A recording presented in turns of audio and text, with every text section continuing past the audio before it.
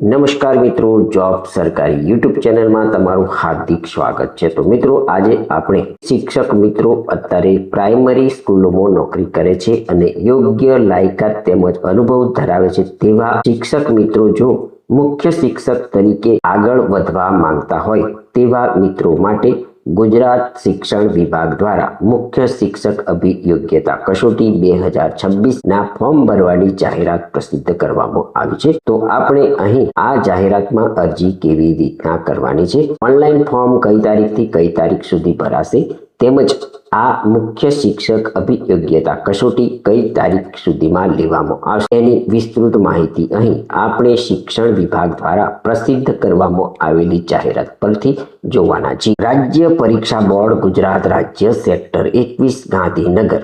મિત્રો, અહીં મુખ્ય શિક્ષક અભિયોગ્યતા કસોટી 2026 એટલે કે special competitive exam for promotion to the post of head teacher અંતર્ગત આ જાહેરનામું છે।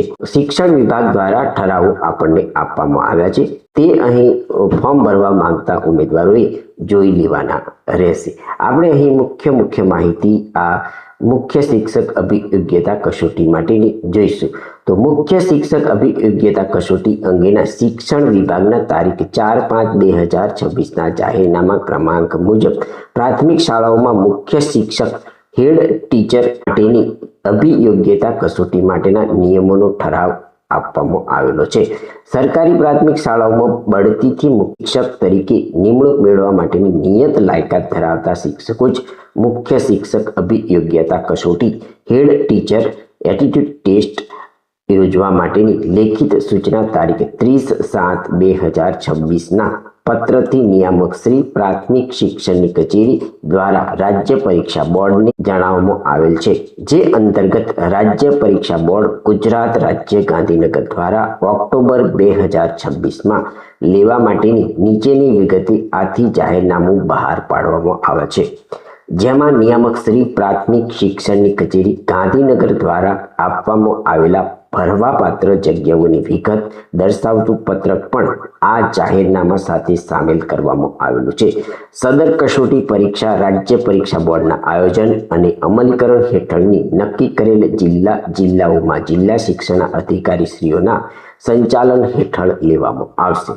મુખ્ય શિક્ષક અભિયોગ્યતા કસોટી 2026નો કાર્યક્રમ અહીં આપણને આપવામાં આવ્યો છે તે આપણે અહીં જોઈએ। તો મિત્રો, અહીં ક્રમ 1ની અંદર જાહેરનામું બહાર પાડવાની તારીખ 1/8/2026 છે।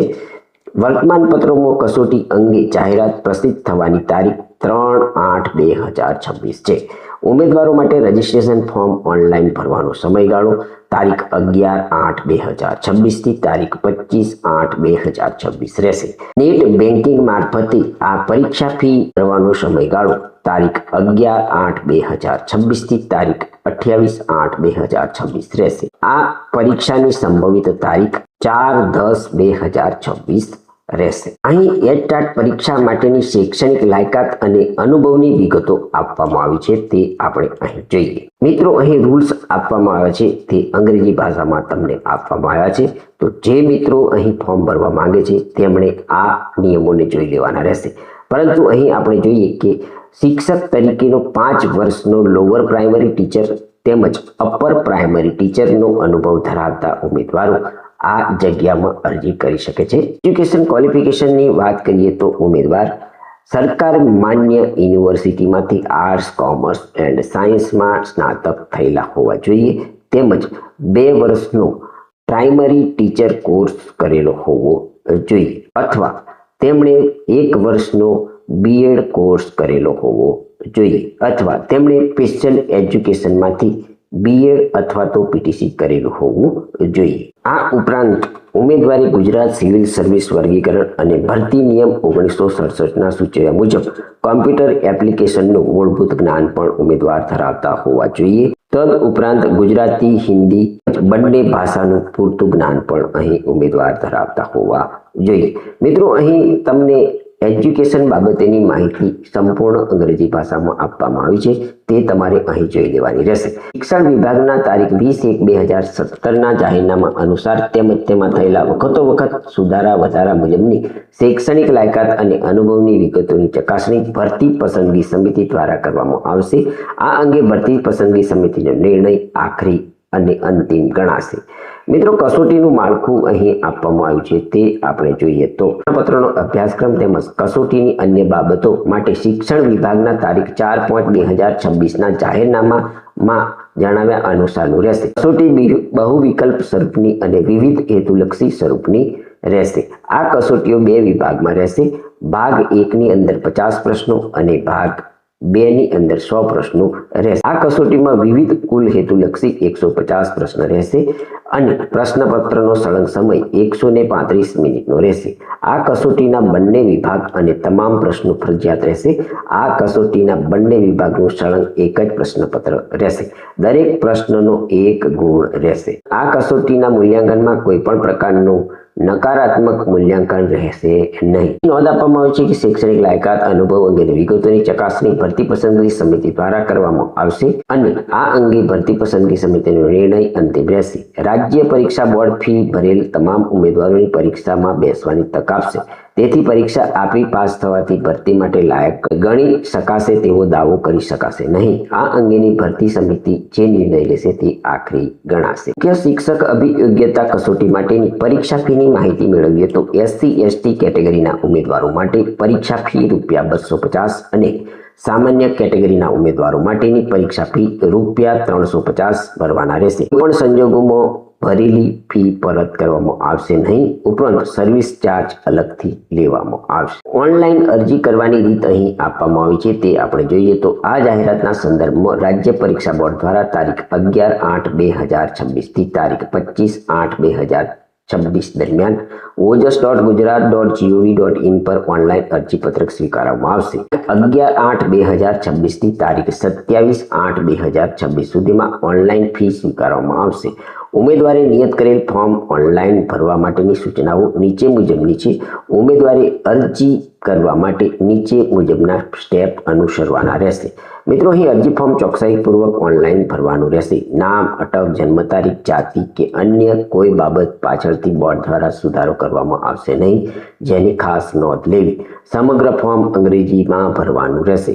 સૌ પ્રથમ ojas.gujarat.gov.in પર જવાનું રહેશે. એપ્લાય ઓનલાઈન પર ક્લિક કરવાનું રહેશે. સેકન્ડ સ્ટેપની અંદર એપ્લાય પર ક્લિક કરવાથી એપ્લિકેશન ફોર્મ દેખાશે. એપ્લિકેશન ફોર્મમાં સૌપ્રથમ પર્સનલ ડિટેલ ઉમેદવારે ભરવી. આલ ફૂંદડીની નિશાની જે હોય તેની વિગતો ફરજિયાત ભરવાની રહેશે. એજ્યુકેશનલ ડિટેલ પર ક્લિક કરીને તેની વિગતે પૂરેપૂરી ભરવાની રહેશે. હવે સેવ પર ક્લિક કરવાથી તમારી ડેટા સેવ થશે. અહીં ઉમેદવારનો એપ્લિકેશન નંબર જનરેટ થશે, જે ઉમેદવારે સાચવીને રાખવાનો રહેશે. હવે પેજના ઉપરના ભાગમાં અપલોડ ફોટો પર ક્લિક કરી અહીં તમારે એપ્લિકેશન નંબર ટાઈપ કરી અને તમારી બર્થડે ટાઈપ કરવાની રહેશે. ત્યારબાદ ઓકે પર ક્લિક કરી ફોટો અને સિગ્નેચર અપલોડ કરવાની રહેશે. મિત્રો, અહીં સિગ્નેચર અને તમારા ફોટોની સાઇઝ આપવામાં આવી છે, તે તમારે અહીં જોઈ લેવાની રહેશે. હવે પછીના પેજ ઉપરના ભાગમાં કન્ફર્મ એપ્લિકેશન પર ક્લિક કરો અને એપ્લિકેશન નંબર તથા બર્થડે ટાઈપ કર્યા બાદ ઓકે પર ક્લિક કરવાથી 2 બટન એપ્લિકેશન પ્રિવ્યુ અને કન્ફર્મ એપ્લિકેશન દેખાશે. ઉમેદવારે શો એપ્લિકેશન પ્રિવ્યુ પર ક્લિક કરી પોતાની અરજી જોઈ લેવાની રહેશે. અરજીમાં સુધારો કરવાનો જણાય તો એડિટ એપ્લિકેશન પર ક્લિક કરીને સુધારો કરી લેવો. અરજી કન્ફર્મ કર્યા પહેલા કોઈ પણ પ્રકારનો સુધારો અરજીમાં કરી શકાશે, પરંતુ અરજી કન્ફર્મ થઈ ગયા બાદ અરજીમાં કોઈ પણ જાતનો સુધારો કરી શકાશે નહીં. જો અરજી સુધારવાની જરૂર ન જણાય તો જ કન્ફર્મ એપ્લિકેશન પર ક્લિક કરવું. વધુમાં ઉમેદવાર વિગતો ભરતી વખતે જો પોતાના નામ, અટક, જન્મ તારીખ કે કેટેગરીમાં જો કોઈ ભૂલ કરેલ હશે તો પાછળથી માર્કશીટમાં કોઈ સુધારો કરવામાં આવશે નહીં. ઉમેદવારે ખાસ ધ્યાન લેવાનું રહેશે. કન્ફર્મ એપ્લિકેશન પર ક્લિક કરવાથી ઉમેદવારની અરજી બોર્ડમાં ઓનલાઈન સ્વીકાર થઈ જશે. અહીં કન્ફર્મ નંબર જનરેટ થશે, જે ત્યાર પછીની બધી જ કાર્યવાહી માટે જરૂરી હોય ઉમેદવારે સાચવીને રાખવાનો રહેશે. ઉમેદવારે બોર્ડ સાથે કોઈપણ પત્રવ્યવહાર કે રજૂઆત કરતી વખતે પોતાના આ કન્ફર્મ નંબર દર્શાવવાનો રહેશે. આ પરીક્ષાની ફી માત્ર ઓનલાઈન પેમેન્ટ મોડથી ભરવાની રહેશે. ઉમેદવારે ઓનલાઈન પેમેન્ટ ગેટવે દ્વારા ATM, debit card credit card, net banking, UPI વોલેટથી તારીખ 11/8/2026 થી તારીખ 27/8/2026 દરમિયાન ભરવાની રહેશે.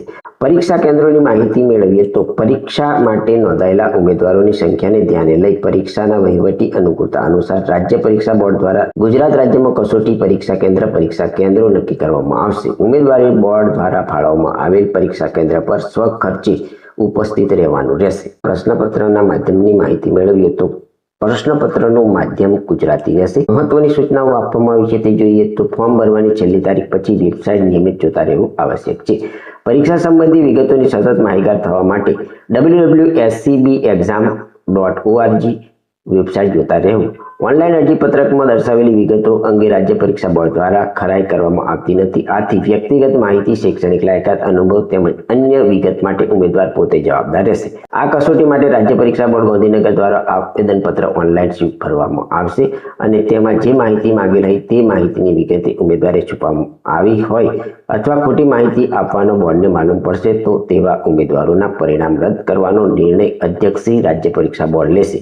પરીક્ષાલક્ષી તમામ બાબતો માટે અધ્યક્ષશ્રી રાજ્ય પરીક્ષા બોર્ડનો નિર્ણય આખરી ગણાશે. ઉમેદવાર પોતે ભરેલા ફોર્મની વિગત સાચી છે તેવું પ્રમાણપત્ર ઓનલાઈન આપવાનું રહેતું હોય. જો કોઈ ખોટી વિગત રજૂ કરશે તો તેનું ફોર્મ રદ થવા પાત્ર બનશે તથા તેની સામે ફોજદારી ગુનો લાગુ થશે. વ્યક્તિગત માહિતી, શૈક્ષણિક લાયકાત, અનુભવ તેમજ અન્ય વિગતોની ચકાસણી ભરતી પસંદગી સમિતિ દ્વારા કરવામાં આવશે અને આ અંગે ભરતી પસંદગી સમિતિનો નિર્ણય આખરી ગણાશે. વેબસાઇટ પર ઓનલાઈન ભરેલ ફોર્મની પ્રિન્ટ કાઢી તે ફોર્મ સહી કરીને જરૂરી આધારો જેવા કે પરીક્ષા ભર્યાની પે સ્લિપ, નકલ, જાતિ પ્રમાણપત્ર પૈકી ઉમેદવારને લાગુ પડતો હોય તેવા આધાર પોતાની પાસે રાખવાના રહેશે. જ્યારે કોઈ જરૂરિયાત ઉપસ્થિત થાય ત્યારે ઉમેદવારે તે રજૂ કરવાના રહેશે. ફોર્મ ભરતા સમયે ફી ભરવાની રસીદ મળે અને ફી ભરાયાનો કન્ફર્મનો મેસેજ ન આવે ત્યાં સુધીની સમગ્ર પ્રક્રિયા પૂર્ણ કરવાની જવાબદારી ઉમેદવારની રહેશે. કોઈપણ સંજોગોમાં ટ્રાન્ઝેક્શન ઇનકમ્પ્લીટ રહેવાના લીધે ફોર્મ ભરાશે નહીં તો જવાબદાર ઉમેદવારની રહેશે. જે ઉમેદવાર નિયત પરીક્ષા ફીની પે સ્લિપની રસીદ મેળવેલ હશે તે જ ઉમેદવારોને પોતાની કમ્પ્યુટરાઇઝ હોલ ટિકિટ, પોતાનો કન્ફર્મેશન નંબર અને જન્મ તારીખ નાખી ડાઉનલોડ કરી શકશે. તો મિત્રો, અહીં તમે ફોર્મ ભર્યા પછી તમારે કઈ ધ્યાન રાખવાનું છે તેની માહિતી તમને આપવામાં આવી છે. તો ફોર્મ ભરતા સમયે તમારે આ માહિતીને જરૂરથી ધ્યાનથી અભ્યાસ કરી અને અહીં ફોર્મ ભરવાનું રહેશે. ઉક્ત જાહેરાત અન્વયે વધુ વિગતની જરૂરિયાત જણાય તો કચેરીના ચાલુ કામકાજના દિવસે કચેરી સમય દરમિયાન બોર્ડની કચેરીના ટોલ ફ્રી હેલ્પલાઇન નંબર ઉપર તમે સંપર્ક કરી શકો છો. મિત્રો, અહીં આ જાહેરાતની અન્ય વિગતો પણ તમને અહીં આપવામાં આવી છે તે પણ તમારે અહીં જોઈ લેવાની રહેશે. મિત્રો, આ હતી મુખ્ય શિક્ષક અભિયોગ્યતા કસોટી 2026માં અરજી ફોર્મ કેવી રીતના ભરવાનું છે તેના માટેની શૈક્ષણિક લાયકાત, અનુભવ વગેરે શું હોવું જોઈએ તેની વિસ્તૃત માહિતી આપતો વિડીયો.